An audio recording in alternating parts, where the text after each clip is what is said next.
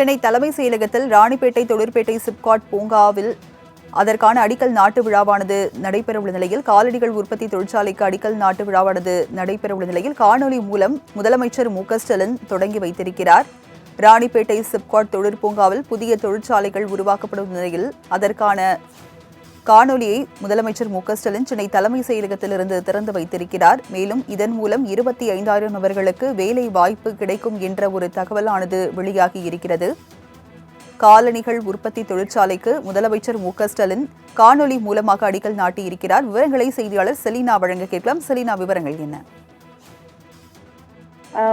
சென்னை தலைமை செயலகத்தில் முதலமைச்சர் ஸ்டாலின் குறிப்பாக தொழில் முதலீடுகளை ஊக்குவிக்கவும் அதே போல வர்த்தகத்துறையின் சார்பில் ராணிப்பேட்டை மாவட்டத்தில் இருக்கக்கூடிய சிப்காட் பணப்பகத்தில் தொழில் பூங்காவை தைத்தான் நாட்டை சேர்ந்த ஹாங்ஃபு நிறுவனம் இந்த பெருந்துணர்வு ஒப்பந்தம் என்பது கையெழுத்தாக இருக்கிறது. குறிப்பாக இந்த நிறுவனத்திடம் 1,500 கோடி ரூபாய் முதலீடு மற்றும் 25,000 நபர்களுக்கு வேலை வாய்ப்பு அளிக்கும் வகையில் இருக்கக்கூடிய காலணி உற்பத்தி தொழிற்சாலையை காணொலி காட்சி வாயிலாக முதலமைச்சர் ஸ்டாலின் திறந்து வைக்க இருக்கிறார்.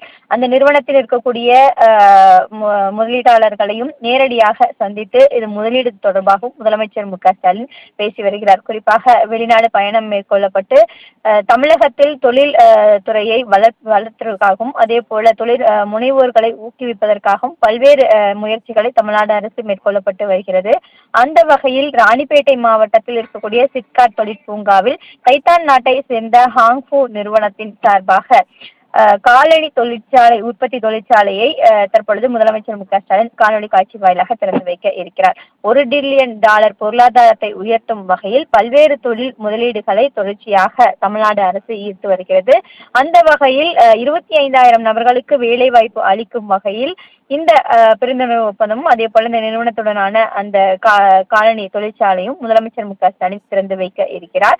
அதே போல தொடர்ச்சியாகவே ஒவ்வொரு மாவட்டத்திலும் சிப்காட் தொழிற்பூங்கா என்பது அமைக்க வேண்டும் என்பதற்காக பல்வேறு முயற்சிகள் தமிழ்நாடு அரசு மேற்கொள்ளப்பட்டு வருகிறது. அந்த வகையில் தான் ராணிப்பேட்டை மாவட்டத்தில் இருக்கக்கூடிய சிப்காட் தொழிற்பூங்காவில் இந்த நிறுவனத்தின் சார்பாக புதிய தொழில் உற்பத்தி காலனி உற்பத்தி தொழிற்சாலையை முதலமைச்சர் ஸ்டாலின் திறந்து வைக்க இருக்கிறார். விவரங்களை வழங்கியதற்கு நன்றி செலினா.